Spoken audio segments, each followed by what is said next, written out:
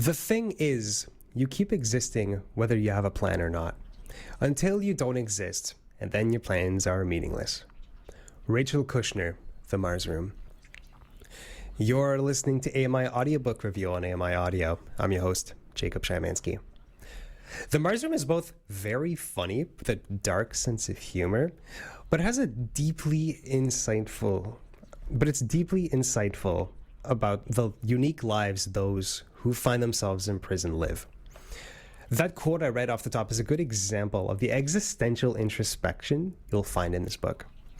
Before I get carried away here, just to give you a little description of the book, I'm going to get Aamer Khan to join us because he's the one that recommended we read this one. Obviously, he's our audiobook curator, so naturally I had to oblige and read this one because I do trust his judgment. Aamer, how's it going?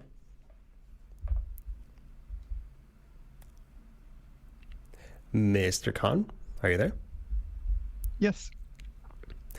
Hello, hey, hello. Man. How are you? I'm doing great. I'm doing good. Okay. Let's start by giving just a basic description of this book. I'm not going to read the synopsis because I thought it was a bit all over the place. Basically, the book starts with somebody called Romy, who's in a bus on her way to prison with a whole bunch of other prisoners. And throughout the story, you find out what she did to go to prison, and it jumps through timelines, and you find out how she's adapting to prison and how it's taking a toll on her and how it's difficult and how she's trying to find out more about her son that's on the outside. He's 5 years old. And it also takes a couple detours to present a couple other characters that are tangentially related to her. It's more of a portrait of women in prison, with Romy being somewhat of a main character. Is there anything you would add to that? I mean, I came across this book from an NPR review, and the way the book was described was it's not traditional storytelling and not a sort of mainstream book. So I actually, like a lot of books that I go into, I went into it completely cold with no expectations, but that description is very accurate. Let's start by giving everyone somewhat of a spoiler warning for this review. It's going to be kind of difficult to not do this one with spoilers. We're going to do this first half without spoilers, but we'll give you a warning when that's coming up. So no spoilers for now. And also a bit of a content warning. This book is quite crass and vulgar at times. We won't be crass and vulgar because that's not our nature, Aamer. But we might touch on some themes of that. So use listener discretion. I'll let you start this review, Aamer. If someone's slightly inclined to pick up this one, what do you think they could expect in terms of the experience?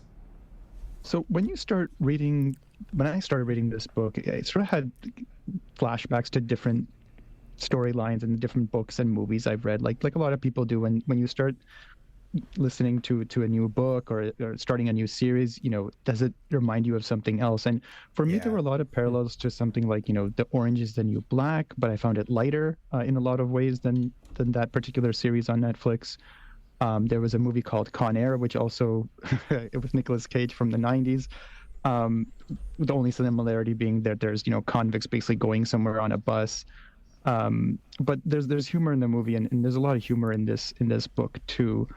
Which I appreciated. And then there's this whole sort of the underground theme of this entire book seems to be very close to Margaret Atwood's Handmaid's Tale. So without being so melodramatic and sort of scary, is the way I would put it. This book is less scary. It's much more open and frank. And the main character, as you mentioned, Rumi Hall, is the one narrating most of the story. And the book is actually narrated by the author, which also adds another dimension to the to the audiobook. But I found she was the perfect person to narrate it in terms of voice, in terms of tone. Sarah Kushner, the way she narrates it is perfect because I think she's like a middle-aged woman, just like Rumi is the character, and she's very low-key, kind of subtle. She sounds she doesn't narrate it in like a pretentious type of way. It's not like overly enunciated, like these these narrators that have a background in theater, for example. And in a weird way, and this is going to sound kind of like an insult, she just sounds like the type of person that would be in prison. Or maybe that's just the dialogue. It's the way that dialogue's written, right? Yeah, and I found the narration very similar to Orange is the New Black in terms of it's very calm, it's very informative, even though there might be some, really heavy action scenes where her as a character is freaking out or doing something, but the description of it is very calm and even and keeps the storyline going without sort of making you sort of jerk in either direction. Let's talk about the strengths of the book. I'll start. The characters are very well realized. This book is somewhat light on plot, or at least plot is secondary. Like, there is some driving force to it, some forward momentum, but really what makes it shine is this exploration of character and lots of character introductions. There are quite a few characters. I think there are 3 different point of views, if I'm remembering correctly. What did you think of Rumi, the main character? Because she's who we follow the most. So I thought it was a very, very well developed character. I mean, we see most of the story through her eyes. I mean, I think what the book does particularly well is basically painting a dystopian landscape without being depressing, right? Yes. I think the underscoring part and the point of the book is basically to underscore the sort of prison industrial complex of the United States and how even just a little bit of hope and a little bit of goodwill could help people a lot without giving anybody false hope in this book. So, I mean, if you are looking for a feel-good read, this is probably not not one of them, but it is very well written as well, which I think is another great point to the book. It's not a feel-good read, but it's also not depressing, like you said. And Exactly. I think part of that is that it depicts, especially in the scenes that are doing flashbacks to before Rumi finds herself in prison, it depicts scenes and subcultures that we typically think are somewhat distasteful, like drug users and homelessness and strip clubs and prostitution and drug dens and that type of thing.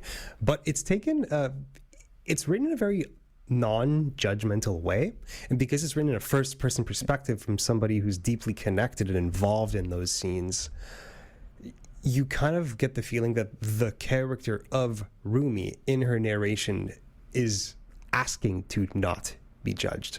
And we're talking about things like 13-year-olds doing drugs and drinking and prostitution and like the business of strip clubs and that type of thing, and the justification of killing your stalker, which is what ends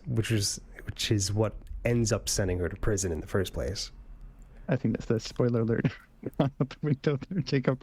But yeah, I think in the opening pages of the book, she describes San Francisco, which is where most of her childhood is spent, as, a city of fog and this, what we typically think of when we think of San Francisco, rainbow flags and these types of things. But, she says basically that's not what I knew San Francisco as. Basically, it's a book about the underbelly of society, but making the point that if that's what you grew up with, it's not the underbelly, that's just your world. It's just the belly. It's just the belly, and basically you don't really have a choice. Basically, this concept of you are a product of society, and even the family structure she grows up with, even though she has a mom, it's not a typical sort of suburban American dream type of mom. She has her own addiction problems. She has a son, but again, her partner that she had the son with is nowhere sort of in the picture to what we would traditionally describe as a father figure. Staying on the topic of character, I saw an interview with the author, Rachel Kushner, when she made a really interesting observation. She said she had a theory about prisoners that she talked about in an interview. This is what she said. I've spent time with people in prison, and there's a particular kind of brilliance that you find among them. It's my theory that when people have no privacy and their identity has been largely stripped away from them, what people have in spades is their personality. Basically saying that when you're in prison, you kind of get if all the husk around you taken away, and all that's left is your personality. And characters that have personality in spade make for the best characters. And I think a few of the characters in this book that are really memorable were, Conan was one of my favorite. Laura Lipp. Just very boisterous, very funny. Laura Lipp is very funny too. But you mentioned that this book is very funny. And this is not something I was expecting from this type of book.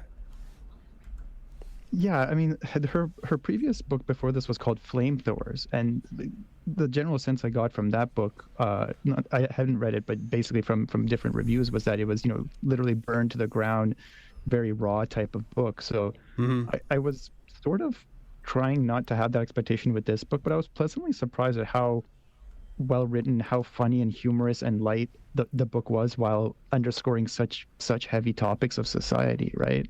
I mean, you mentioned Laura Lipp and Conan, and everybody has a backstory, just like anybody would have in prison. The other part that I found fascinating is how even a little bit of information on something was so beholden in prison, right? I mean, you have some people who know a lot about cars, and then you have some. There's literary references pretty much riddled throughout this entire book, to the point where I'm not sure I know all of them. In terms of Easter eggs, but I mean, Medea is mentioned in the case of Laura Lipp, and Dostoevsky is mentioned as well. So there's a lot to unpack if you really want to go at it. But if you just want to read it sort of straight through, like I did, it's also an enjoyable experience. It's fairly digestible. I wouldn't say it's an easy read though, because it jumps from a lot of different perspectives and timelines. The way it does a transition from these different perspectives and timelines is fairly smooth most of the time, with the exception that, and I don't know why she did this, it occasionally jumps from a first-person perspective to a third-person perspective, like a couple times. And it's very jarring, and I almost feel like it was a mistake more than it was purposeful. Yeah, I mean, the greatest criticism I came across a couple of reviews was actually the male perspective. I think there's a couple of chapters that are through the eyes of not Rumi Hall, but through two men who are associated with the prison in different ways. But again, I think there was sort of a point that she was trying to make with these books, if I had to guess. I mean, these two are particularly not imprisoned, but they both sort of have their own issues to work out because of society. So again, there's this underlying theme of, like, basically society has trapped these folks even though they're not in prison. I want to talk about Conan really quickly, and just to highlight, like we talked about the large scale writing being kind of confusing sometimes. But in small scale, like just the banter that they have between each other is super entertaining. This is Conan. Just talking to his cellmates. There's a new Nissan coming out called the Cube, Conan said. You can only get it in Japan, but who wants a square car? The Cube. Now there's an aerodynamic concept. Nissan makes these trucks you can hacksaw the catalytic converter off in 3 minutes. I can't walk past one without stealing the muffler. I should sue the manufacturer for forcing criminal behavior on me. There's so many examples of this. Like, I'll give you another one. There's another prisoner called Sammy that was talking about her deadbeat husband. She says, but after that, Keith never took her anywhere. He only left the house himself one evening a week, Sundays, when he worked as a volunteer security guard at the Red Cross. He made a big deal about it. Always took a briefcase with him and said it held important documents that he needed to study for his next Daytona run. It wasn't really a briefcase. It was the emptied container for a backgammon set. Once Sammy opened it, it was filled with candy bars. And the guy, Keith, her deadbeat husband, spelled his name Keath, which I don't know why I found that so funny. That's hilarious. Yeah, I think one of my favorite parts from the book, it was when Rumi is put in charge of the branding iron at the workshop, at the wood shop, and she starts to use it to basically make grilled cheese sandwiches for people. Oh yeah, it's so cool to hear all the different like markets that people develop in prison, like sneaking in sandwiches into the wood shop, and then Rumi would use the branding iron to to grill people's sandwiches or bring it back to their cells for a profit, and selling all sorts of stuff, and how they pass messages to each other, and how they can use like toilets to like pull strings across a hallway that are holding messages and that type of thing. Like Sarah Kushner clearly did her research in this one. Rachel, yeah, no. In doing some background on this book, I took a look, and she actually spent time at different prison facilities to get the authenticity right. And a lot of those pieces that you mentioned in terms of the message passing and how they would smuggle contraband in and out and the different markets is done by her actual observation of prison life. I want to read another passage that I absolutely loved. It's kind of what makes this book lovable, even though it's a bit depressing. This is Conan again when he's talking about how bad the wood shop was at the prison he previously was at. He says, Conan was impressed with the shop. Dang, we get to use real wood, table saws, miter boxes? At Wasco, the wood isn't even real. The wood there is all compressed particle board. You glue these pieces together. That's your only tool, glue. You can't even drive in a nail or that stuff will split and crumble. We weren't learning anything. I told the supervisor, you keep talking about finished carpentry, we don't make stuff that'll teach us it. He goes, that's because you're animals, and if we give you animals, you'd kill each other. I ask him, what are we here to learn? And he says, you're here to learn how to work, to show up on time, to be workers. As if that's a thing. We didn't learn anything at the Wasco workshop. We huffed glue all day. Then they came up with this Huff free glue. No Huff, it was called. That was its name. No Huff glue. You can't huff it. It doesn't do anything. I really like that part. Passages. But yeah, that was a great one. I mean, and just the sheer ridiculousness of many things that she describes throughout prison life, right? I mean, even that wood shop where they were making stuff, their supervisor was basically reading a book, was it? Like for 3 hours straight, not supervising them at all? Not glancing whatsoever. And this interesting dynamic between the prison guards and the prisoners, and something that they make clear is that the prison guards, they don't get paid well. It's not a glamorous job. It's honestly probably like the lowest part of the totem when it comes to law enforcement, but it doesn't feel like the prisoners know that, right? Like it's well, I mean, it's a really interesting dynamic. Part of the book is basically about how human beings aren't treating each other like human beings, right? I mean, you have that dynamic between the prisoners and the prison guards. You also have it between various characters, right? Her stalker, and the person who gave the stalker her address, right? I mean, you have all of these things where people really don't know what they're doing and not really thinking about the consequences. And I think that's what separates out Rumi from the rest, is that she seems to have a kind heart. I mean, she drives her neighbor to the hospital or whatever when his hand gets when he saws off his hands or whatever.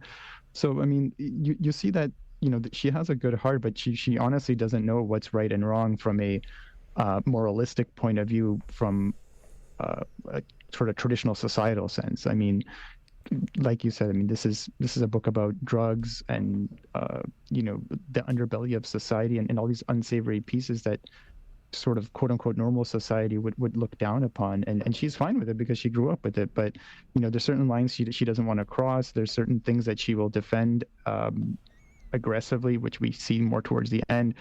And you know, she's traumatized by certain things which she doesn't even know she's traumatized.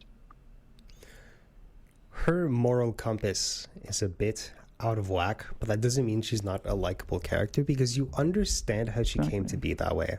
That's because of where she grew up, around unsavory people and not having much support from within her family circle. And it's very understandable how that can happen to a lot of different people. You're listening to AMI Audiobook Review. I'm Jacob Chamansky, and I'm talking to Aamer Khan about The Mars Room by Rachel Kushner. You were going to say, Aamer? I was just going to say that the book is also interesting in the way that it sort of lays things out for you in terms of Rumbi's life. I mean, there's a lot of flashbacks and pieces, but I think that sort of goes to the style of the book in general, which I think is a good thing. I mean, I'm typically a traditionalist. You know, I like to see like one timeline and story being told from start to finish, but I actually really enjoyed the back and forth in this book, even the male perspectives, which a lot of people didn't. Because I think a lot of people went in with some preconceptions that this was like a woman forward type of book, or a feminist piece, or something that would be exactly like Orange is the New Black or something like that. But I found it thoroughly interesting to see how the author also displayed how you can be smart and not smart at the same time. I mean, all these women got caught doing whatever they were doing, but at the same time, you see flashes of brilliance about how they, you know, have circumvented the prison rules or circumvented this piece or that piece, or have made observations which are like, wow, that is pretty smart. You make a really good point about how it portrays like some people being really dumb in some ways and really smart in others. Just it's complicated, right? Like we have our strengths, and there's this one passage that I thought was very representative of that. The clock on the wall had a red wedge, from 5 minutes to the hour until 5 minutes past the hour. The hours for the women who could not tell time. Jones explained the red wedge. All you need to know, she said, was that when the big hand is on red, room doors are on unlocked. Everything in prison is addressed to whom the woman is addressed, the red clock face. The dimwit. I've never met her. Plenty I have met in prison cannot read. Some cannot tell time. But that doesn't mean they are not shrewd and superior individuals who can outsmart any egghead. People in prison are clever as hell. So just because you can't tell time, or were never taught how to read an analog clock, it doesn't mean you can't outsmart people. And I think that's something that anecdotally we all know that to be true. Just because you're book smart doesn't mean you're street smart. Yeah, I think we see that in toddlers all the time, right? They can't read, but they end up doing yeah, they outsmart you. A lot of adults. You're like, oh, how do you do that? But yeah, a great passage you read there, and immediately my mind went to the clock in Harry Potter. So I miss Ramya for that one. At the Beasley's places, but yeah, and the description of the prison is something I think a lot of people would appreciate too, because like most people, I have never been to prison, and although we've seen movies like Orange is the New Black, this book does a good job of actually providing details of what the California sort of correctional system looks like, and how sort of hypocritical it can be, from everything from, you know, making a call to finding out information about your loved ones, to seeing visitors, to, you know, even just legal counsel. I mean, that description of her legal defense was, or lack of it, was horrific. Yeah. And at the beginning of the book, it almost sounded like this was taking place in the future. There was a couple of notions and pieces that they were talking about in terms of surgery and lobotomies and things, where I wasn't sure if this was a sci-fi book, but the book settled down fairly quickly, and those were sort of never mentioned again. So I was a little curious why those sort of flashes were there. Do you recall that at the beginning? I mean, there were a few mentions to technology, which I was like, what are they talking about there? I was equally as confused as you were, to be honest. But this book took me a while to click into place in terms of like its format and how I was like meant to read it, because even at the start it was jumping back and forth quite a bit, right? And this book is set in 2003, which is I think that's only mentioned once, and it can be a bit confusing for that reason, because you're not really sure what technology is available at that time. I want to introduce you go ahead, please. Oh, no, I was just going to say there are historical references in there too, right? A lot of it's true. They talk about 9/11, right? And how that news spread in prison, and how different that is from basically society seeing it on a TV and being involved in the news cycle, whereas these folks are outside of the news cycle and are being introduced to it. I mean, I don't have the passage in front of me, but in the book they talk about, you know, the invasion of Iraq too, where nobody knew even where it was. Even the folks that were educated in the prison couldn't figure it out on a map. And there was one person, I forget who, said that it's like these places don't exist until we bomb them. Yeah. Which made me laugh out loud too. From there, yeah. Right before we wrap up, the ending, without spoiling it, has a lot to do with this analogy of life on rails and how we picture our life being on a rail and that you can go off the rails. But Rachel posits that life is just the rails. You don't really go off track. Sometimes you just don't expect where the track will lead you. Basically saying like you need to take life in stride, and if you don't really go off the rails, it's not like your life is over when it's off the rails. It moves on, and you need to find ways to adapt, which is exactly what Romy does in this book. Aamer, we got to wrap up in 30 seconds. Do you have any final thoughts on The Mars Room by Rachel Kushner? It took me a while, but I took a look at her name, Rumi Hall, and I've been sort of at a semi loss to figure out why those two were selected for her name. But I think the bottom line is this book makes you think a lot about prison and the fabric of society in general, which is a great thing to do in terms of thinking about those pieces. Well said. I don't think I could wrap it up any better than that. Aamer, thank you so much for recommending this one. I think we both really enjoyed it. Thanks. You're very welcome. See you next time. Of course. Looking forward to it. That was Aamer Khan, regular contributor to AMI Audiobook Review and our very own audiobook curator. The book we were reviewing was The Mars Room by Rachel Kushner. Know that you can find it on Sela in human narrated audio. It's narrated by Rachel Kushner herself. The book is about 9 hours long, in case that's important for you. And that's it for today's AMI Audiobook Review segment. It's all the time we have on AMI Today as well. If you missed any of our conversation, you can find a repeat of AMI Today on AMI Audio every 8 hours. The show's also available on your favorite podcast platforms. Plus, you can watch the show on YouTube right after it finishes. Thanks for joining us on AMI Today. I'm your host, Jacob Szymanski. Thanks for listening.